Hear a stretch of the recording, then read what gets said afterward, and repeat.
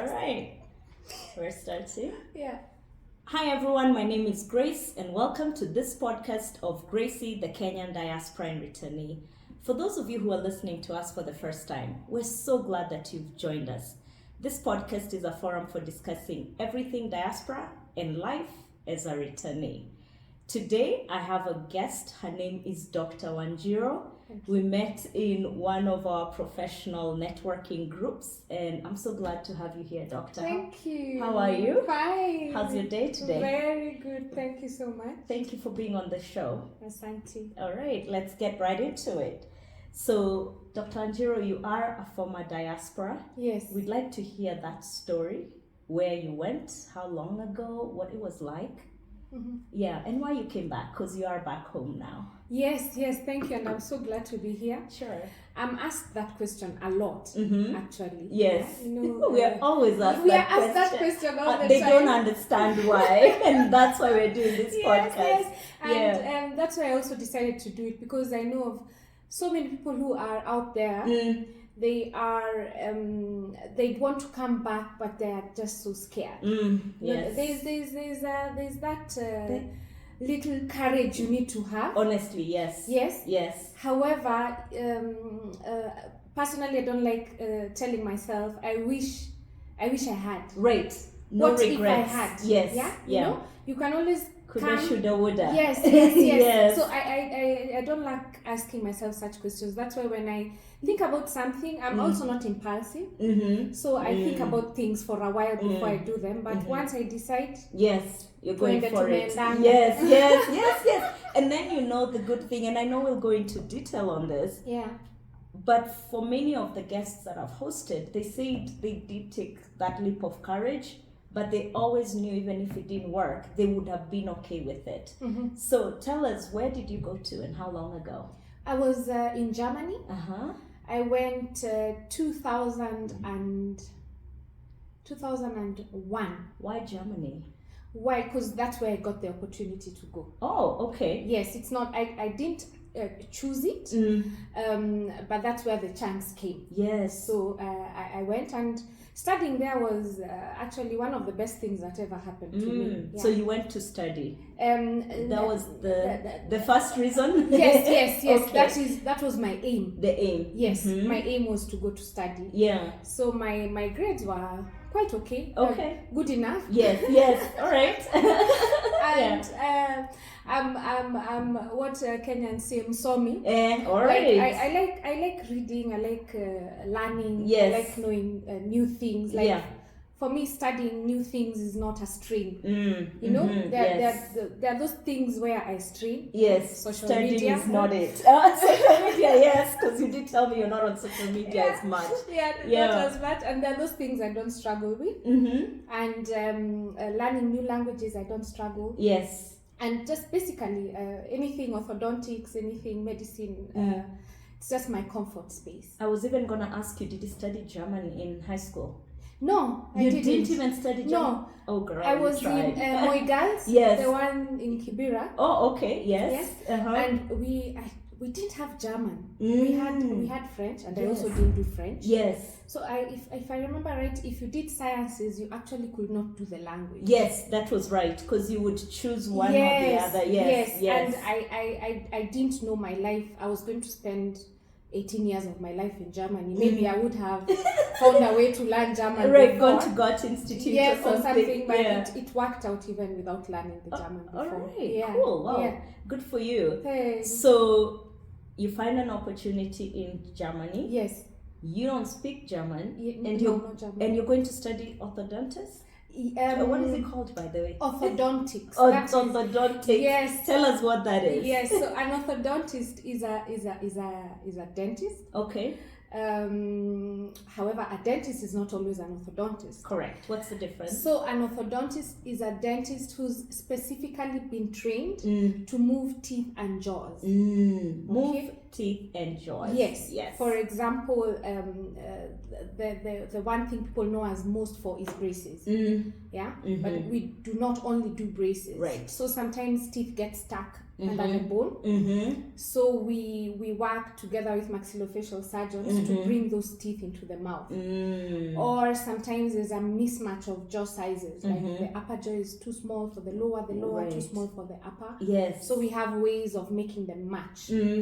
So that's basically what we do. Okay. Yeah. You know, it's so interesting because at home, I think we put them all in together. And growing up, if you needed a filling, did we go to a dentist or an orthodontist? See, this is where now you start teaching us. Yes, actually, orthodontics is okay. It's not a very new science, but maybe it's one of the newer ones. Yes, yes. So when we were kids, it was a dentist. That's what I was gonna say. Yes. We went to dentists. Then when I went to the States, I remember they do this thing where they remove your last teeth. Those are maxillofacial surgeons. Now you see, that's it. So I remember I'm like, is this a dentist or an orthodontist? So that's when I kind of got the idea of it. Yes. So these days we are going more into specializing. Yes. You know, if you remove 50 teeth a day and someone else does 50 fillings a day, obviously you get better at what you do a lot. It's true. So even in dentistry, there is an implantologist, an endodontologist, a periodontologist, and there is an orthodontist. Yes. So the world is going into the direction of becoming specializing. Right. Yes. Into that. Yes. And I've intentionally gone into a little bit of detail because the question I was going to ask you, so you go to Germany. Yes. You have not yet learned German, but in school I'm imagining that they're teaching you whatever you've gone for in German. Yes, actually, tell us about it's that. very interesting. When you're 19, you see things differently. Yeah. If I was put in the same situation now, I'd be like, you know what, this is never too that hard. serious. Right. But I was straight from high school, fresh mind, motivated. Yeah, I can do this. Yes, I can do this. Wanting to become a doctor, mind not filled with so much baggage, and you know. Yes. So it was actually not too difficult. Like, come to think of it, it wasn't that hard because 10 months after I was in Germany, I started. I went to like a polytechnic to do dental assisting. Oh, okay. Yes. So you it's like what do you call it? Is it like practicals? No, training. What do you call it? Vocational studies. Vocational studies. So Germans are big on vocational studies. Right. Yeah. I actually like their mentality on the school systems. You know, Kenya, sometimes we have a problem of tunataka madaktari, tunataka mawakili, you know, so that we tend to push children to do what we as parents want. Doctors, lawyers, were the initial things. Yes. So in Germany, the school system is made in a way, depending on your grades, you go a certain number of years to school. Oh. So vocational training, no matter what you're trained to be, a plumber, a painter, and a dental assistant, you always go 3 years to school. Oh. So you go in a week, like 3 to 4 days, you go work, then 1 to 2 days you go to school. So even a Becca, anything, so they are big on vocational. So, and I like that because you're not just in a classroom studying theory, you're also applying the practical as you go along. Yes, and you're paid a small fee. Yes, subsidized. It's a small fee, but it is enough. You know, if you leave home or and even if you don't live at home, the government supports going to school. So the education system in Germany is top. So that's what I started with. Okay, I did that for 3 years, and I started it when I was 10 months. In Germany. Yes. Because you first had to study the language. No, I didn't. These days, that's how things have to go. Yes. 20 or 21 years ago when I went, things were kind of different. Yeah, okay. Normally, you have to do the language. Yes. Then do the training. But I directly went into the training because the boss who interviewed me signed a document that could let me. Yes. could let me start the vocational training. Okay. So he signed, he needs me there. Yeah. Yes. And Okay. Kenyan chemistry really helped. Oh, phew. Yes. Because I'm still like, wait, but you're in German studying about teeth and jaws. How are you doing That's this? the good thing about Latin. Yes. If in whichever language you say, it sounds similar. Like Latin yes. medical words. Yes. So it was kind of easy to get through it. Okay. And that's how I started. After that, I was done with the training. Mm-hmm.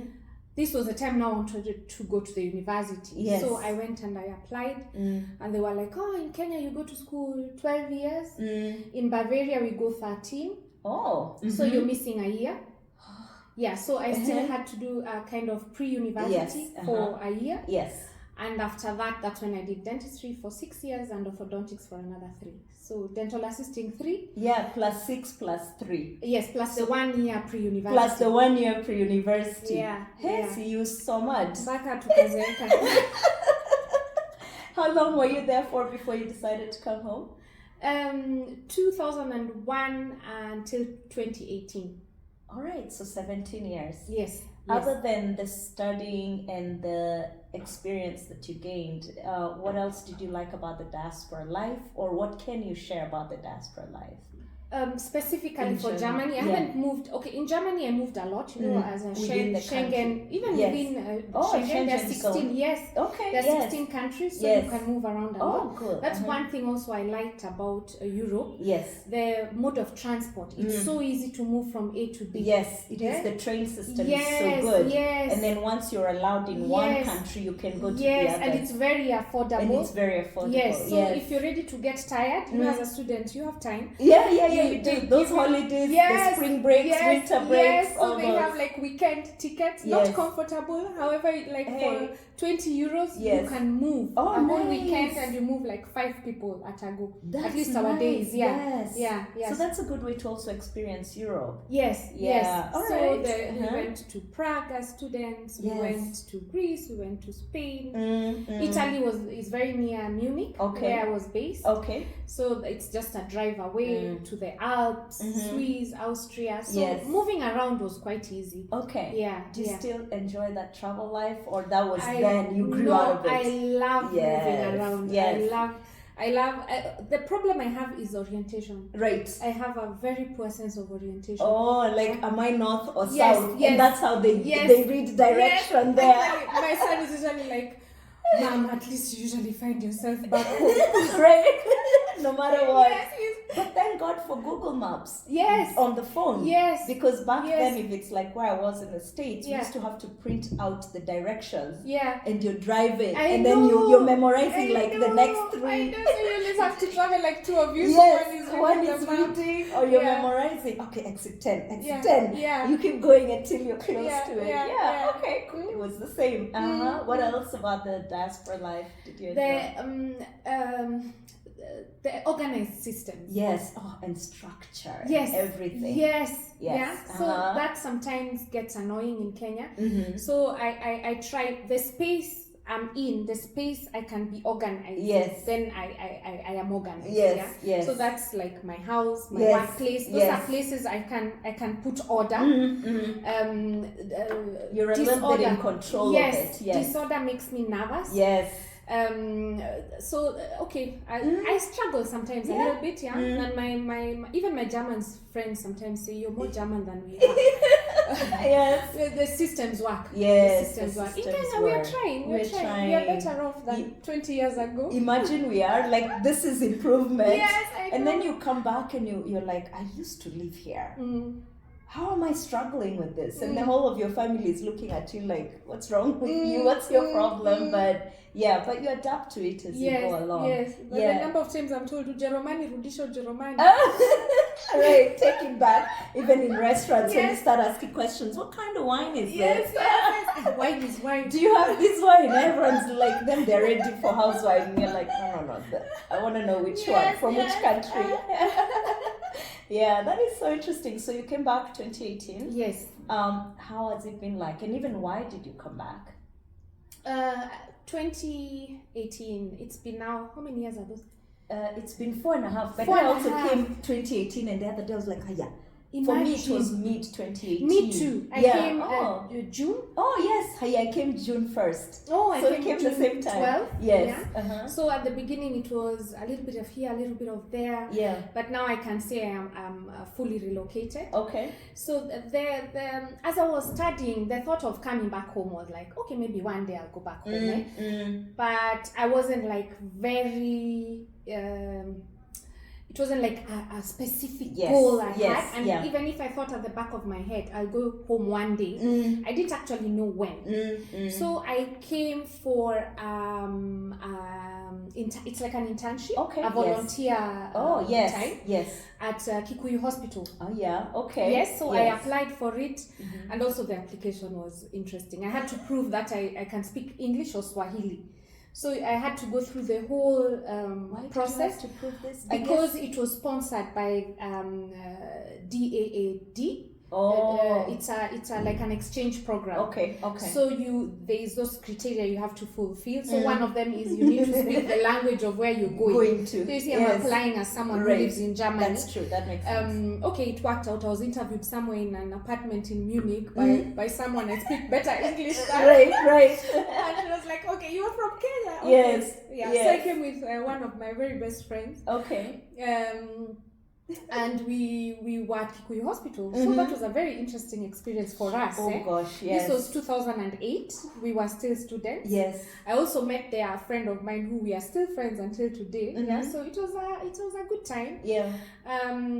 But we learned how to be very innovative and creative.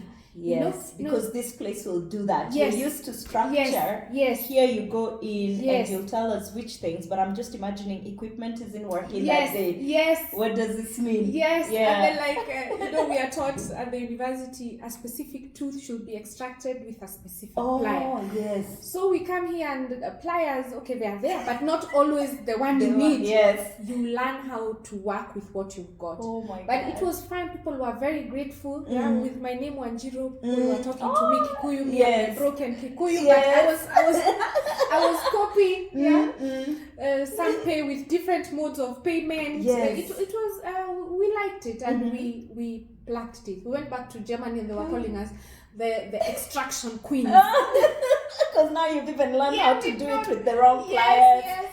Oh gosh. So at that point I met a couple of maxillofacial surgeons, a couple of dentists, and I asked them like, what does Kenya need? I was away already for long, and I went away when I was still very young, just straight from high school. So I tried to do like a market research. Yes. What do Kenyans need? Yeah. Then I found out Kenya needs specialists.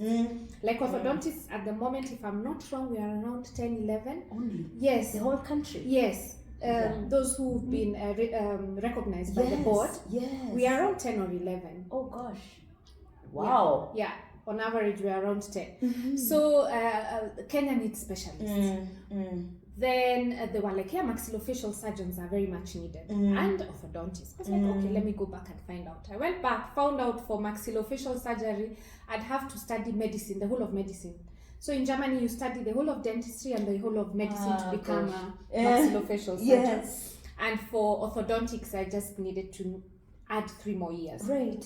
So that's how I ended up. Just when you thought you had studied enough, 3 plus 1 plus 6 plus 3. Yes. You know you have to study the whole of medicine. No, I didn't do the whole of medicine because I did orthodontics. Okay, good. And I actually like working with my hands. I don't mind blood. Like both of them would have worked for me. Yeah. But the time factor is what made me decide on orthodontics. But I mean, now that you're learning that in Kenya you need to learn all of medicine, what did that mean for you? No, in Germany you have to learn the whole of medicine to become a maxillofacial surgeon. I see what you're saying. Yes. I see what you're saying. Yes. So that's why I opted not to, because I'd have been in school maybe another 6 or 7 years. Yes, that's what I was like. What did you now do that? Yes. Okay. And the thing also I like about orthodontics is you get to work with a lot of teenagers, preteens, and I have an understanding with them. There's a way we connect. We cope, we connect. So orthodontics.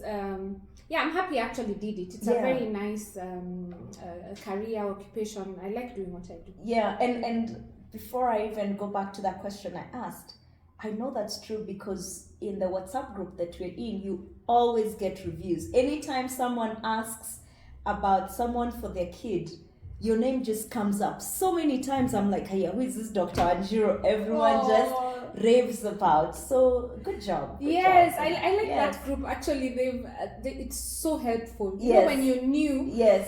okay, you're a Kenyan. Okay, you grew up here. Yes. Things have been changing. They have changed. Yeah, Yes. and you know, in Kenya we go with recommendations. Yes, that's it. It's not like yellow. It's called yellow pages. Yes, the yellow pages. Last week in our other episode we called it Yelp, but even online. Yeah. Abroad you find a lot of online reviews Yes, that yes. you can just check Uh-huh. and you're good. Here you're right. It's You'd rather like when I referrals. recommend someone, I have to be almost sure yes. what I am Yes, recommending. yes. I just don't recommend. Yes, Yeah, yeah, but that's that's true. even a saloonist. It's or, true. You know. Yes, where do I do my hair? And you make Yeah, sure. yeah. So now you come home, you realize what's needed, and then what? How did that prepare you for coming back?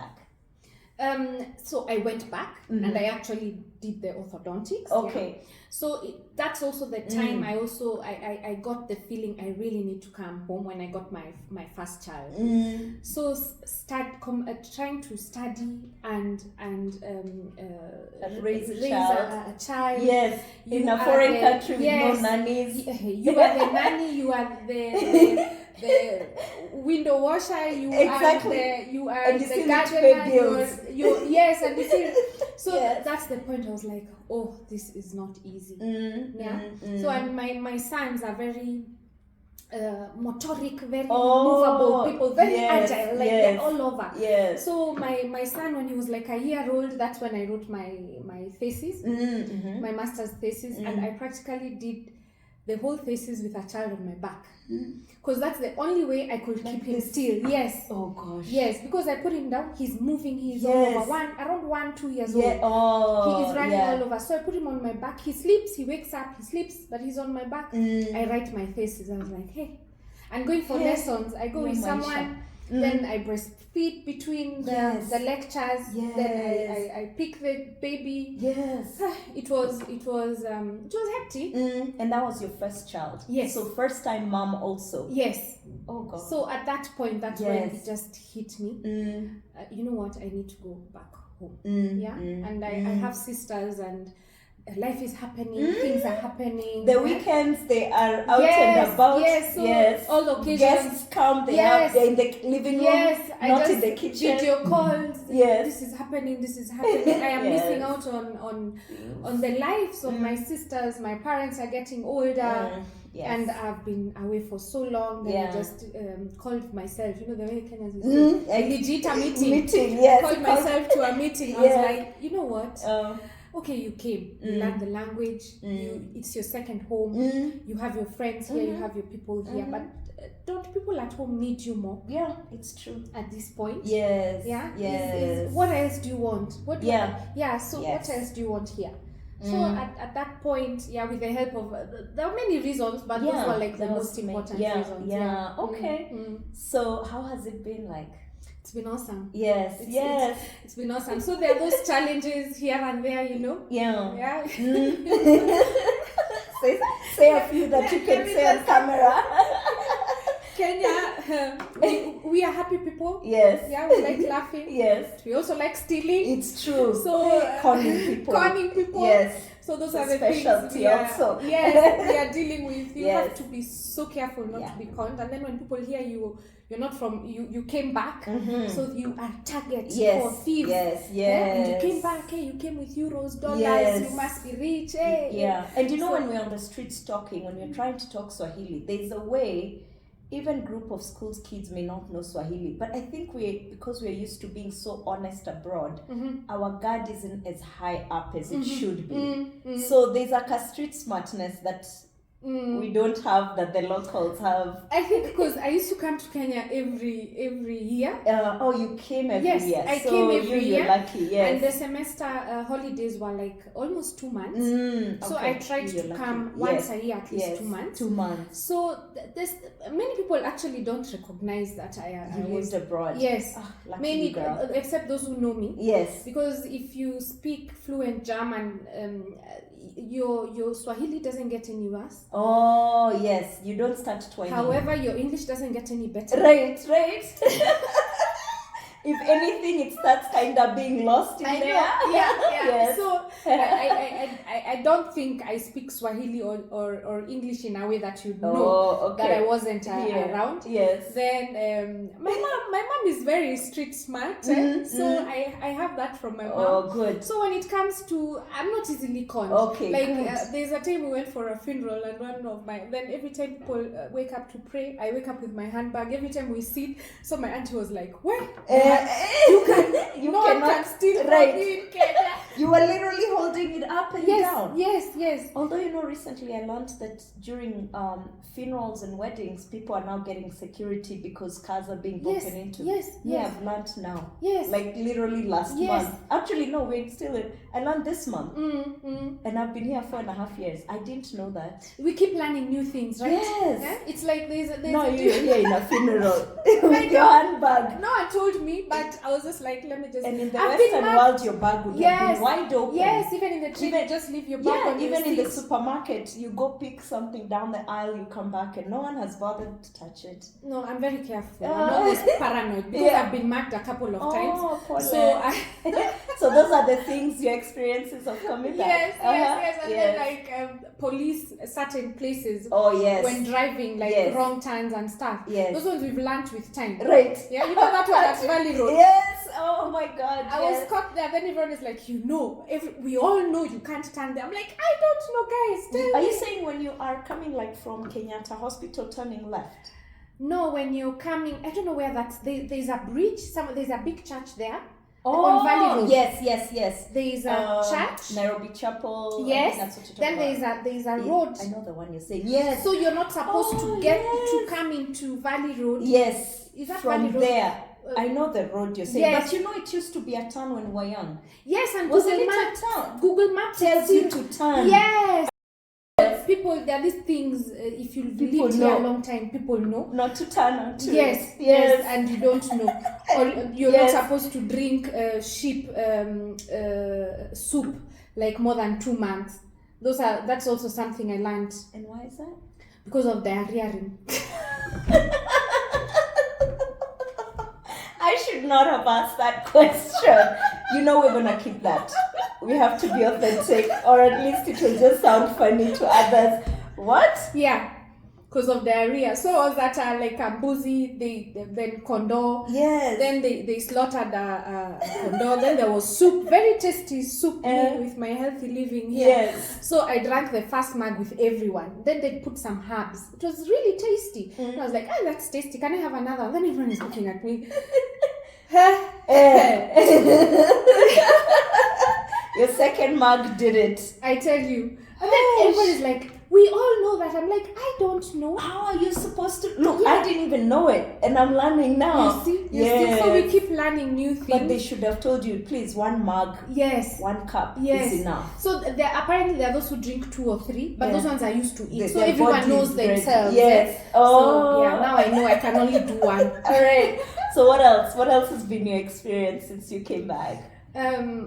What do you like about your career, for example? What I like is Kenyans appreciate, So when I was in Germany working as an orthodontist, so that's where I just love working with kids. So the kids would see me and they see I'm African, and then they're like, "You're from Africa?" Oh, yeah. Have you ever seen a giraffe outside of a zoo? Yeah. You're right. sometimes, and then the parents are like, did you study in Germany? And the whole hype is oh, right. It's true, because now they want to see, are you a professional? Are you experienced? Yes. And you're like, So as an African woman living in Europe, you have to prove yourself double. It's true. We've talked about so that. I actually noticed if I was at the university, it was everything was okay, because they know I study there. At work was okay. But if I'm pushing a stroller, I have a baby and I'm holding another child's hand, people treat me different. Yes. I can't say that I experienced extreme racism once or twice or thrice in almost 20 years is actually okay. Yes. But there's still that feeling you always get, I am not home. It's true. Because like to the example you've given, you're a black woman, they can tell you're a foreigner. And not kids, they think your work is just to get kids, different men, and you're on welfare. Like that is usually the assumption. That's the typical assumption, because there's also so many of us who are there. Yeah, it's true. You know? Like true. In Germany, that also made me sad many times. McDonald's, I've never entered a McDonald's where it is not a foreigner lady cleaning.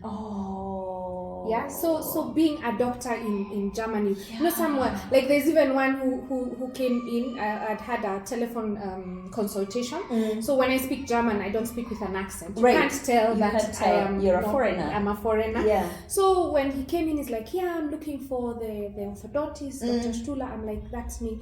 Then he's like, "That's you?" I'm like, "Yes." So the look on his face was like, "You're so black. Yes, so nice. This is not what I expected." And then he was like, "You're so young." I'm like, "Oh yes." Yes. Also, black don't crack. Yes, there was that funny thing in the conversation. Yes. Because he was not expecting me. So that's something also I a little bit struggled with. Always having to prove. Already as women in this world, we already second to men. How we are ranked. Yes. So now you're a woman and you're black. Yes. But I must say, in Munich, it's a very wonderful city. My second home. And more diverse. Yes. I hardly got that feeling. Once in a while. But I can't say that is like the main reason I came back. Right. I understand what you're saying. Some of us, thankfully, have not experienced racism to that level as former diaspora. And you know, you're grateful for it, because you come back home and you're like, hey, I'm so lucky that I was able to finish what I set out to do. And I've come back home and I'm in a profession that I want to be in. So that's really good. What else would you like to share about your returnee life? It's now been 4.5 years, even outside of career or even to the diaspora who might be thinking of coming home. That makes me also kind of sad, because sometimes we don't believe in ourselves enough. You know? So I there's always that, you know, I'm also German. I'm Kenyan. Yes, but I'm also, so I was thinking to myself every time, if it doesn't work, I just go back. But that's not an option anymore. Because I'm going to make it work. Yes. Now you've been here, you're like, by the way, I'm making it work. And I love the way, okay, my children are my children, but they're the children of the whole community. There is a day on the highway, a child dropped 20 bob. Then he went back to pick it. Do you know, like, everyone was just so angry at him. Why are you doing this? Yes. In Germany, maybe they'd pass. Or there's the times, okay, I was a carrier of my babies at the back. So there's a time I was carrying a baby at the back in Germany. Then he'd covered himself with a blanket. So but we do that also. So they were seeing, but no one was saying anything. In Kenya, they see, and someone just comes and does it for you. Or when you're at the airport and you have luggage, you know, when we go there, you want to carry toys, you want to carry cosmetics, everything that is too expensive in Kenya, you're carrying. So I usually have a lot of luggage. So in Europe, typically they'll just ask you, you have to ask them to help you. Right. Otherwise, even when you have a child, so you ask, excuse me, can you help me push it? So okay, they'll help. Yeah. In Kenya, you'll be asked, do I carry for you the suitcase or do I carry for you the baby? Yes. You know? Yes. So there's that thing where we are communal in how we do things. We help each other without being asked. Yes, the whole community. You raise the children with the whole together. Yes, even my neighbors. It's true. I feel safe. I know the kids are fine when they when they are the neighbors. So that's a very reassuring feeling. It's as simple as how even now we have WhatsApp groups in wherever we stay. If you're in a community, and throughout the US, we didn't have like a group. And here you will find where a parent will even go in and mention something to help the other neighbor. Yes. There's a child out there who is whatever. People will share. And so I hear what you're saying. Yeah. So I love that. I love that about Kenya. And now you're with family too. So a day like today, you can easily tell your sister or your neighbor, take care of my kid, I'll be back. Oh man, I know. My sisters are usually like, I am the better auntie, I am the favorite auntie. The other one is like, I am the favorite auntie. My boys love my sisters. And their grandma and grandpa. It's wonderful. How old are your kids? 9 and 5. So they had not started school. Well, the oldest one had started school. Yes. How was that like adjusting from there to here? That was kind of tricky actually, because I spoke to him Swahili at home. Then everyone speaks German, so he was doing Swahili and German. So no English. So when he came to Kenya, English is the main language in school. So he was fine. He was fine, but then Germans teach kids to read later. So he came to a class where they were already reading and he was not reading. And then COVID happened. Oh gosh. So now he's not even interacting with the other kids. So that was a kind of a difficult phase. Okay. With the support of my sisters and teachers and the school he's at now, he is so happy. And we love it. We had I think it was episode 16. I hosted Mwaniki and he came with a 9-year-old, I believe at the time. And one of the things he said he'd want the diaspora to know when they're planning on coming home, if they have school-going children, is to really think through that journey. Make sure that you consider where your kids will go to school and that you are able to take them to a good school so that you don't compromise their transition. And if where you choose the school, then you choose where to live. That's it. Because you can't let a child travel 3 hours a day to go to school. By the way, that thing, I'm always like, that's what we did. I don't know about Germany, but I remember in the States you would choose your neighborhood based on where you wanted the kid to go to school, because even they can be picked. And here I find sometimes we take our kids so far. Even in Germany they restrict you. To your zone. So where you live, your child has to go to specific schools. So sometimes in Nairobi the good schools are at a certain place. So if you live so far, so your kid is in commute. Even if you hire a driver, your kid is waking up too early. In commute, we don't even like being in traffic and we're adults. Something to be. That's a consideration. Like we changed schools also from the first to the second, and transport was a consideration. Now I have my neighbor who helps with the transport. You couple, Kenya is awesome. I love community. It. I love it. I love it. So far we've settled in. We are happy. So what do you want to tell the diaspora who, first of all, even before we go to the diaspora, people who are in Kenya and thinking of going to Germany, because I'm still like, I went to Germany and studied orthodontics. That is crazy. But to people who might be thinking of going to study or live in Germany, what advice would you give them? If you get the opportunity, take it. You're taught things. You're taught efficiency. They drill it in you. You're even taught how to be honest in quotes. Like the way people drive wrong side on the highway on the service lane. Do you know I can't do that? I'll get a heart attack. Right. So there's those things they teach us. Then I try to take the best qualities of Germans and be that, and take the best qualities of Kenyans and be that. Because fact is, I am both and I will always be both because I was there half of my life. So if you get the opportunity to go to study or a job, please go, because you'll come back seeing things differently, and you'll come appreciating home. Yes, yeah, yes. even things like weather. It's when people true. are complaining the heat, Yeah. I keep quiet. That is me. I will even go and sit out in the sun because I'm like, y'all don't understand. I know. Yes. So when it comes from going here to going there, Yeah. please do. Even when you want your children to go to the university and you have the capability and the possibility of taking them to Germany, take them. Do it. Yes. You know, the exposure we learn in the Western world Yes. is priceless. Yes. If someone is able to go, let Yes. them do it. Yes. Yes. And like what you said, and the values that we still learned as Kenyans, you can maintain them Yes. and then also embrace the other culture Yes. because there's a reason that they are doing how they're doing it Yes. on that side of the world. Yes. You know, so embrace And those don't things. let the language also scare Yeah, you. Yeah, if you barrier. really want to, you learn can. it. Yeah. You can. And if you're coming back, Yes. try also to speak to your people there, your children, your Yes. family, to speak a language that can be understood here. So if you're in a country where English is not spoken or Swahili, speak one of that language. Yeah. So I asked so that many they can times that my learn. kids understand Swahili. Of course they Yes. do. I speak to them in Swahili. Yeah, So that it's is good. important that you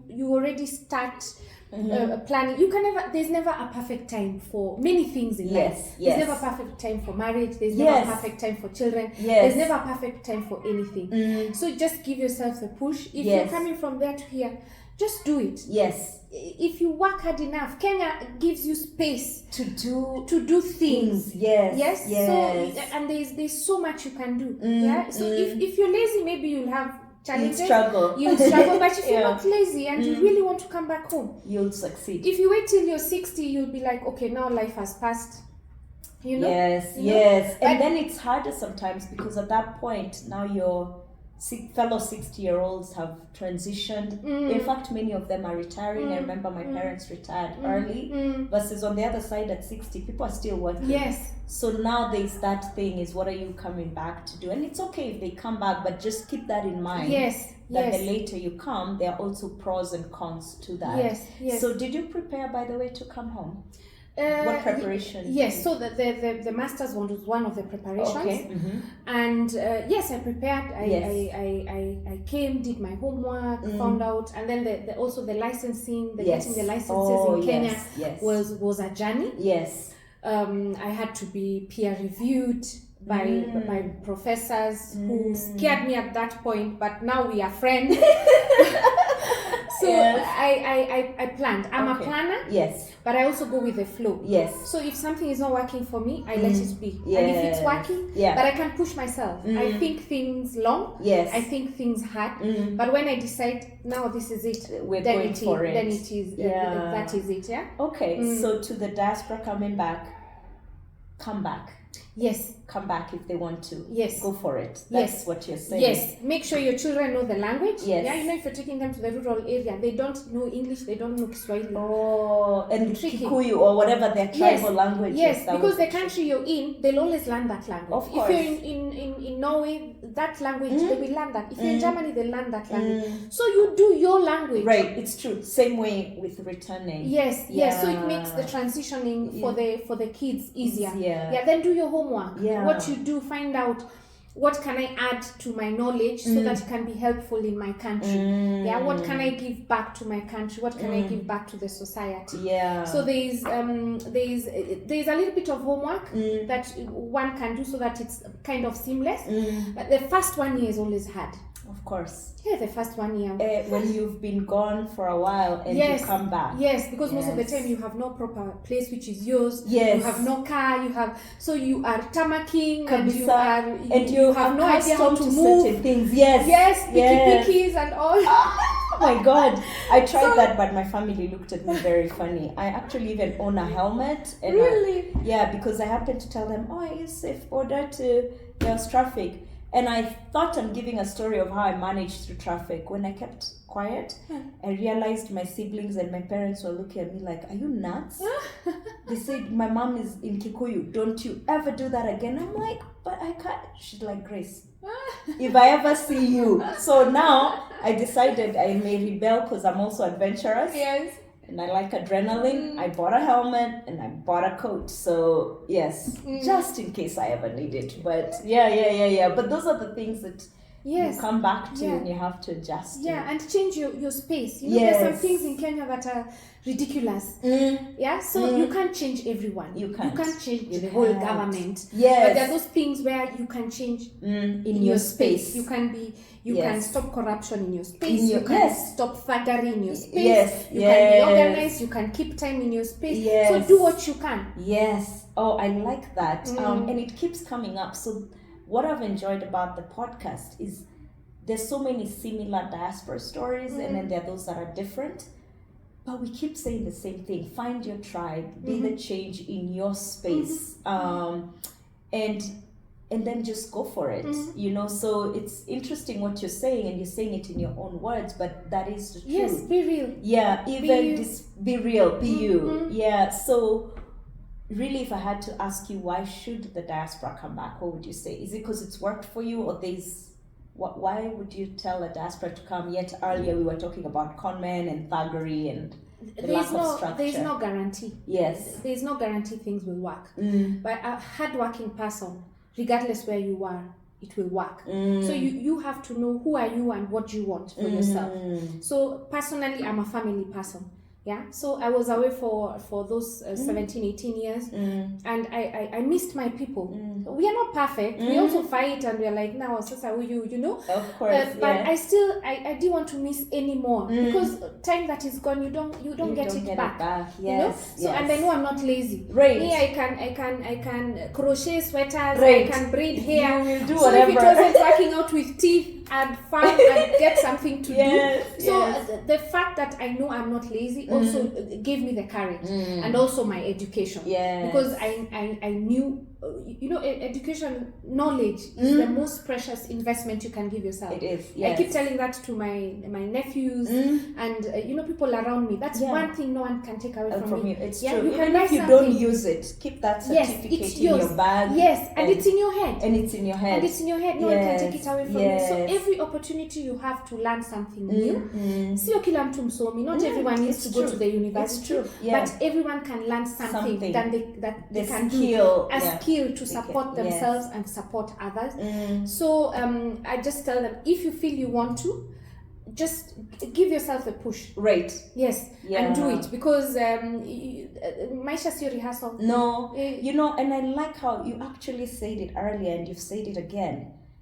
We just have to live now, because tomorrow is not promised. Yes. So when we keep waiting for the perfect moment of when you will come, by the way, I think there's really no perfect time. There is no. Because you can even say, I'll plan for an year, and then the time comes, and there's still something you want ready for. I want to buy a house, I want to buy a car before I have to have champers, I have to have this, I have to have that. You know, these material things, like when people are sick, that's when you realize this is all so material. Yes. Yeah, you can have so much money, but if you're sick, you're sick. You're sick, right? And all those things are just things at that point. Yes. And life can be so short. Yeah. You keep hearing someone passed, this, they went to India, then they died.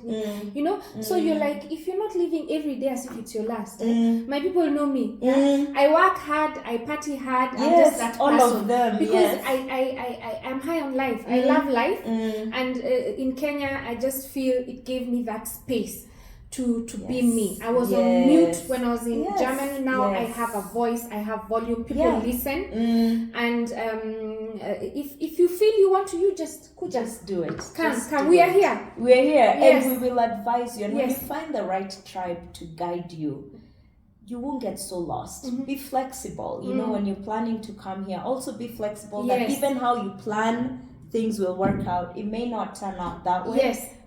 But just come home. Let's also improve. You know, I like that now, even what you said, you're an orthodontist, and very few of you here. Imagine we need more of that.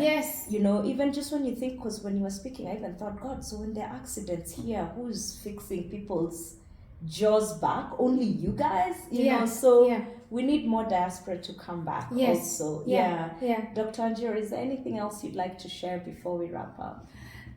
Thank you for having me. I'm not really a camera person. I like talking. It's because it's you and next to each other. No, you've done a great job, by the way. For people who don't know each other, Yeah. you've done a great Yeah, job. so Yes. thank you for having me. You're welcome. I hope there is a message that will get out there. Yeah, for the diasporas, for the people who are here. You know, just I hope we can get, even if it's one message, even if someone listens and they decide, you know what, I'm going to be an orthodontist, or you know what, I'm going to go back home. Right. And you know what, Yes. you know, so Yeah. I hope we've said something Yes. that is going to encourage the others. Yes. Yeah. All right. Thank you so much for coming. I've Thank enjoyed you too. having you. Thank you. My Thanks for namesake. having me. And to our audience, thank you so much for listening. Have a great day, afternoon, or evening, wherever you are. Thank you.